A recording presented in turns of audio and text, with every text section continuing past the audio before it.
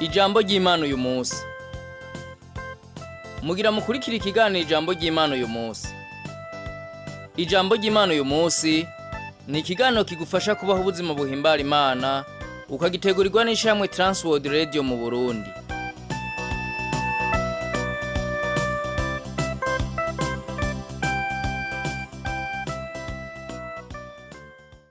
Ndakora mukije inshuti mugenzi mukunze kino kiganiro ijambo ry'Imana uyu munsi. Kino kiganiro ugitegurirwa n'ishiramwe Transworld Radio i Burundi. Uri kumwe na Rudasimanira Kiza ndiko nakigushikiriza. Mu kiganiro cuno munsi tuvugana ku vyerekeye Mesiya. Vyukuri dufise Imana ikomeye, Imana nziza kandi itangaje. Ni umunyembabazi kandi agira ikigongwe cinshi. Kimwe mu bintu nasanze bihimbaye ku mwami Imana yacu na Bibiliya, n'uburyo Imana yigaragaza ku bijanye na kamere kayo kuri buri mwanya wose. Reka nsigure ici ibi bivuga. Usomye Bibiliya mu isezerano rya kera, ugahera mu gitabo c'Itanguriro, tubona Imana ivugana n'abantu yiremeye. Uko iminsi yahera, biboneka naho yihishurira Abisirayeli nk'umwami Imana.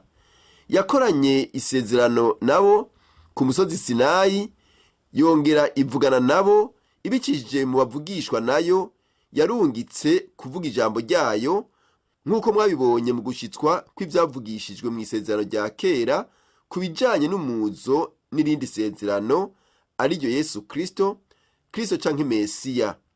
Nk'uko biboneka mu isezerano rya kera, aha muca mubona ko ari Imana imwe mu butatu. Imana Data yarungitse umwana wayo mw'isi. Ubutumwa bwiza burabisigura neza ingene Yesu Kristo ari umwana w'Imana kandi bahimbarizwa hamwe na se. Uwundi muntu wa gatatu aboneka mu gitabo c'ivyakozwe n'intumwa no mu vyete vyanditswe n'intumwa ni Mpwemu w'Imana.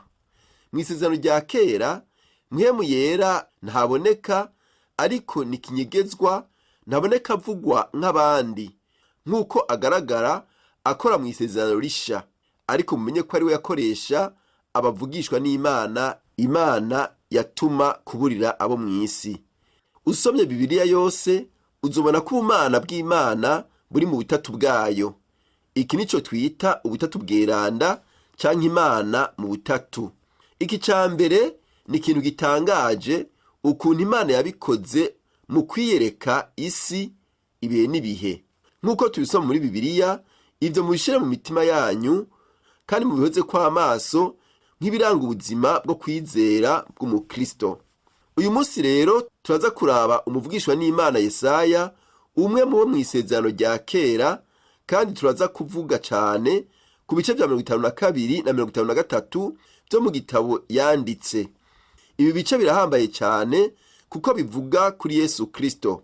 Bivuga ku gitutu cy'ibizobaho Imana izorungikira umushumba wayo, nk'uko biboneka aha. Uwo mushumba yari uzoza kubabazwa, agakengegwa, agahugwa n'abantu, akagira imibabaro, mbere agatako akabura ubuzima bwiwe ku bw'igikorwa c'Uhoraho. Ariko Imana Data ikazomutsindanishiriza, ikanamuzura mu bapfuye. Namba wifuza kubimenya neza, soma ivyo bice vyose vya 52 na 53 uhereye muri Yesaya 52 umurongo wa 13, aho ijambo ry'Imana rivuga riti: raba umushumba wanje azoja imbere, azokuzwa ashigwe hejuru, asumba abandi. Kandi bibanda gusigura ingene umushumba w'Uhoraho yumvira se, akongera kubaha Uhoraho nubwo abantu bari bamuhevye. Muri iki kiringo nta buvugishwa burenga bune Yesu yashikije, kiretse kubabazwa, gukengegwa, guhugwa, eka no kubambwa kwakurikiranye no kuzuka. Reka turabe kuri ubu buvugishwa bune buvuga kuri Yesu Kristo ingene bwashikijwe. Ubwa mbere duhera mu gice ca 53 co mu gitabo c'abavugishwa n'Imana Yesaya ku murongo wa 4. Ijambo ry'Imana riravuga riti: nukuri n'izacu ntimba yishizeko, ni yacu mibabaro yikoreye. Ariko twamuyumviriye nk'uwakubiswe, nk'uwacumiswe n'Imana, akicurikirizwa n'akabonge. Ibi bivuga ku bijanye n'imvuga ya Bibiliya, ivyabaye vyo gutahura ukundi yiyumva canke gukora ibikorwa vyiwe. Iyo ryungane umenga ntitahuritse, ariko bisigura gukora igikorwa mu gishingo c'uwundi muntu. Iyo umuntu adashoboye ikintu, haca haza uwushoboye akagikora mu gishingo ciwe. Bisigura kandi ko uba uri gukora igikorwa mu gishingo c'uwundi muntu.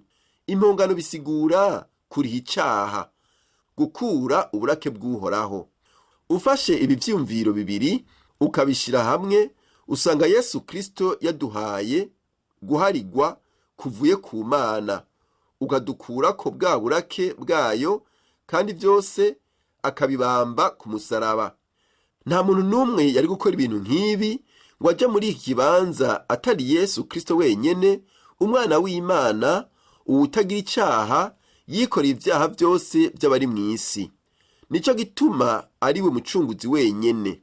Niwe wenyene, nta wundi asa nawe abaho. Yari afise uburanga bubiri, yari Imana yuzuye, akongera akaba umuntu yuzuye. Ibi byose biri mu butumwa bwiza, aho bwerekana ko Yesu yafungura, yasinzira, yaruha, kandi yava amaraso. Hamwe n'ivyo byose yari Imana. Yari afise ubushobozi n'inkomezi byo guharira ivyaha. Yarahimbazwa, agatazigwa n'abaciye bugufi bose, kandi akakira uko guhimbaza. Ivyo nivyerekana akameremere k'umuntu n'ak'ubumana bwa Yesu Kristo. Ubuvugisho bwa kabiri buboneka ku murongo wa 5. Ijambo ry'Imana riravuga riti, yamara yacumitiwe ivyacu bicumuro, yajanjaguriwe ivyacu bigabitanyo. Igihano kituronkesha amahoro cabaye kuri we, kandi imishishagu yiwe niyidukiza. Aha turabona ubuvugishwa buvuga ku mishishagu Yesu azogira. Uwo Yesu n'umwe yabambwa ku musaraba, agacumitwa, akajanjagurwa, agashishagurwa ku bwacu.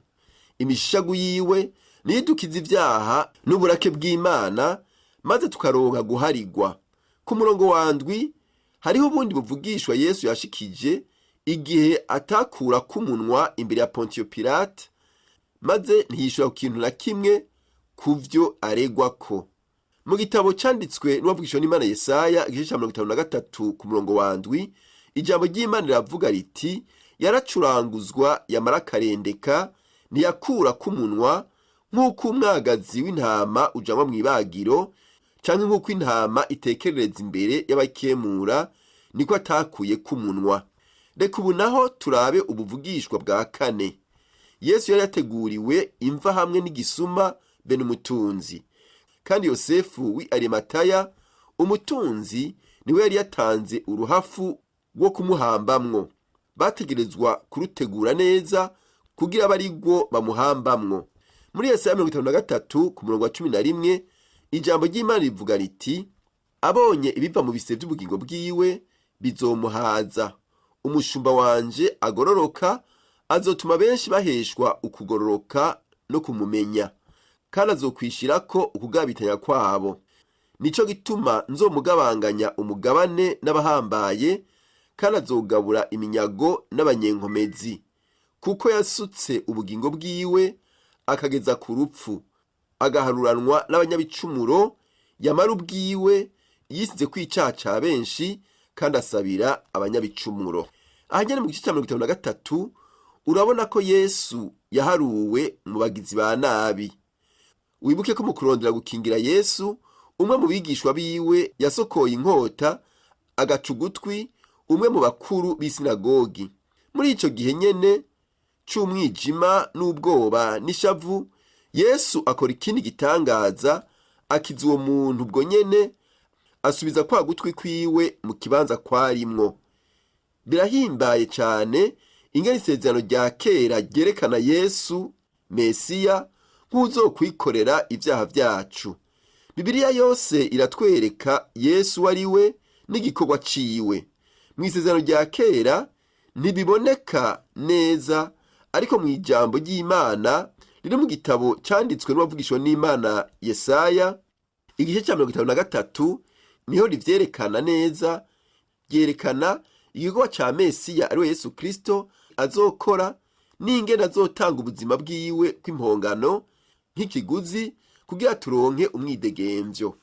ndizera ko wahimbawe n'iki cigwa cyo mu isezerano rya kera mu gitabo cyanditswe n'uwavugishwa n'Imana Yesaya mu bice bya 52 na 53. Nuko rero ubisangiza abandi, ubabwire iyi nkuru nziza ya Yesu Kristo, ntuvyigumane, bimenyesha abandi, uberekera ijambo ry'Imana mu byanditswe vyeranda, canke ubibabwire, kandi uhimbagwe n'umwami Yesu Kristo. Yesu Kristo yaje kutwikorera ivyaha, yaje kuducungura kugira dukure mu minyago ya Satani, yongera duhe ivyizigiro by'ubugingo budashira. Imana ibaye n'umuntu wese yateze amatwi kino kiganiro. Dusenge. Turagushimiye Uhoraho Mana nkuru kuba waraturungikiye Mesiya, umwami n'umucunguzi wacu ari we Yesu Kristo. Humura amaso y'umuntu yaduteze amatwi, umutahuze ubuntu yagiriwe, umeke kukwakira mu mutima wiwe, abone kwitega kuzobana nawe mu bwami bwawe bwo mwijuru. Tubisavye mu izina rya Yesu Kristo umwami n'umukiza wacu, amen. Ikiganiro cyacu cy'uno munsi garukiye ngaha, naho gutaha.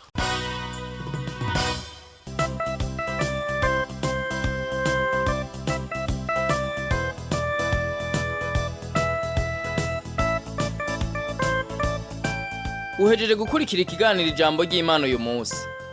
Ufise ico ubaza canke ico wunganira, twandikire kuri email twrburundi@gmail.org. Urashobora kuturonka kandi kuri Facebook kuri twrburundi.